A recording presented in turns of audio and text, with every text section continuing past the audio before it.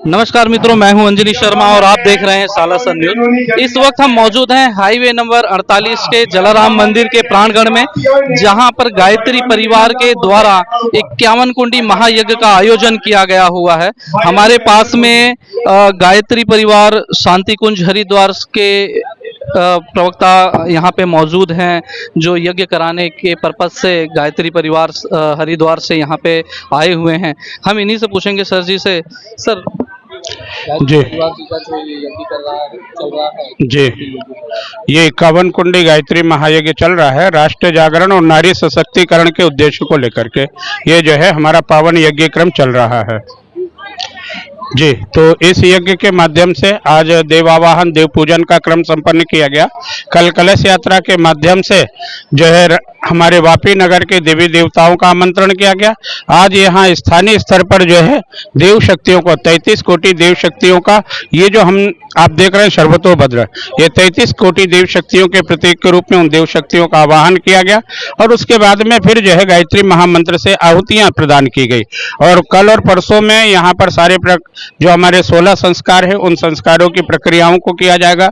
जैसे पुंसवन की अवगढ़े संस्कारवान पीढ़ी के तहत हम आने वाले समाज को कैसे सुंदर बना सकते हैं, क्योंकि बच्चा गर्भ में ही सारी की चीजें सीख जाता है।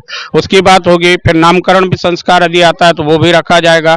अन्नप्राशन होता है, मुंडन होता है। मुंडन के बाद में फिर जो है विद्यारंभ संस्कार होता है, क्योंकि आज शिक्षा और विद्या का बड़ा समस्या है। आज हमारे सारे के सारे शिक्षण संस्थान जो है जानकारी दे रहे हैं लेकिन विद्या नहीं दे रहे हैं, क्योंकि विद्या नहीं देने के कारण ही समस्याएं पैदा होती हुई चली जा रही। तो विद्यारंभ संस्कार होगा, फिर उसके साथ ही दीक्षा संस्कार, यज्ञों पर भी दीक्षा संस्कार भी यहाँ संपन्न किया जाएगा। और यज्ञों पर भी दीक्षा के साथ में यदि आवश्यकता हुई और कोई अन्य संस्कार है वो संस्कार भी यहाँ संपन्न कराए जाएंगे। जैसे कि अभी हमने यज्ञ को शुरू से लगभग सुबह 8 बजे से हम भी यज्ञ कुंड पर यहाँ पे मौजूद हैं। हर एक यज्ञ कुंड के ऊपर एक छोटा सा बैनर लगा हुआ है सर, उसपे कुछ ना कुछ शब्द लिखे हुए हैं, उनका क्या?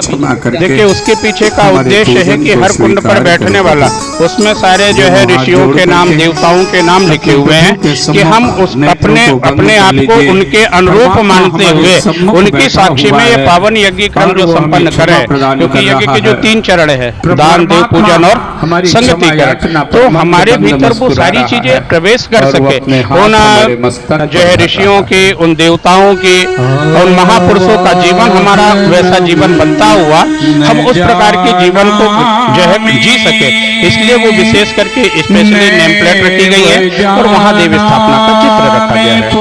ये 51 कुंडी महायज्ञ का आयोजन आप लोगों ने किया है, कितने दिन के लिए? ये यज्ञ 4 दिन का होगा, जो कल से प्रारंभ हुआ है। 2 दिन और चलेगा, परसों पूर्णाहुति हो जाएगी। लेकिन ये यज्ञ जीवन यज्ञ में परिवर्तित हो जाए, क्योंकि ये यज्ञ कभी बंद नहीं होना चाहिए। क्योंकि जिस दिन प्रकृति यज्ञ बंद कर देगी, बस उसी दिन हमारी धरती रसातल में चली जाएगी। क्योंकि प्रकृति प्रतिपल यज्ञ का कार्य कर रही है, तो हम प्रकृति के द्योतक हैं, हम प्रकृति के साथ हैं, तो हमें भी प्रकृति के साथ प्रतिपल हमें यज्ञ क्रम संपन्न करना चाहिए। तो इस उद्देश्य से कि ये यज्ञ जो है कुंडी यज्ञ मुंडी यज्ञ में बदल जाए, ये हमारे जीवन का यज्ञ बनता हुआ चला जाए, इस उद्देश्य से ये तो यदि हम ये कहें कि हमारी प्रयोगशाला है जिसमें प्रयोग कराए जा रहे हैं, जो बाद में वो अपने जीवन में आत्मसात करेंगे, इस यज्ञ को, गायत्री को घर घर गांव गांव वो पहुंचा सके।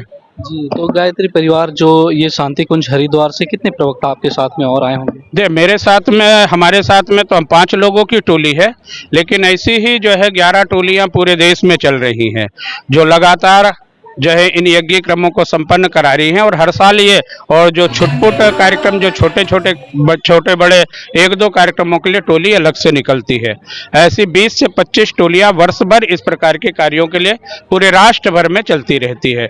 जैसे अभी हमारी टोली यहाँ से पंजाब से इसका कार्यक्रम शुरू हुआ था, पंजाब, लुधियाना और यूपी का करके मध्य प्रदेश, फिर पिछले 1.5 माह से गुजरात में ही है, और गुजरात का क्रम संपन्न करके फिर मध्य प्रदेश में, और मध्य प्रदेश की कुछ 3 कार्यक्रम करने के बाद झारखंड, फिर बिहार और पश्चिम बंगाल में जाकर के हमारी टोली के कार्यों की पूर्णाहुति का क्रम संपन्न होगा। अर्थात 20 अप्रैल तक सतत ये टोली इसी प्रकार से चलती रहेगी।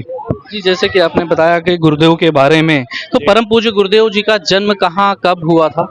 परम पूज्य गुरुदेव का जन्म आवलखेड़ा में हुआ था, और आवलखेड़ा में जो है उनका जो जन्म है 1911 में हुआ था। और उन्होंने जन्म ही नहीं लिया, वो तो अवतारी चेतना थी, क्योंकि उनके पूर्व के कथानक बहुत ही बड़े हैं, मार्मिक है। और जन्म के बाद उन्होंने जो काम किया, जो 80 साल की छोटी उम्र का जीवन जिया, उसमें वो सारे काम कर दिए कि जो हम आप शायद 8000 वर्षों में भी पूरा ना कर सके। क्योंकि उन्होंने जहाँ 24 लाख के 24 महापुरुष चरण किए, वही उन्होंने जब लेखन पर आए तो इतना लिखा कि ऐसा कहते हैं कि महर्षि वेदव्यास से ज्यादा धरती पे कोई ने नहीं लिखा। तो उन्होंने कितना लिखा, तो 4 वेद, 18 पुराण, दर्शन, सांख्य, 108 उपनिषद, महाभारत। और उसमें भी लिखने के लिए गणेश जी उनके सहयोगी के रूप में थे। व्यास जी बोलते थे, गणेश जी लिखते थे। लेकिन इस युग का व्यास जब लिखने में आया तो उन्होंने 4 वेदों का हिंदी भाष्य किया, 18 पुराणों का हिंदी भाष्य किया, 19वां पुराण प्रज्ञा पुराण लिख दिया, दुर्लभ 108 पहले तो 108 उपनिषदों का भाष्य किया, फिर दुर्लभ 108 उपनिषद पुनः लिख दिया, और फिर 3400 के लगभग पुस्तकें लिखी। और इतना ही नहीं लिखा, उन्होंने तो इतना लिखा कि हम आज तक छाप नहीं पाए हैं। 108 खंडों का जो वांग्मय लिखा, जिसमें से मात्र हम 80 वांग्मय ही अब तक छाप पाए हैं। 28 वांग्मय तो अभी भी हमारे प्रेस में है, जो आना अभी शेष है।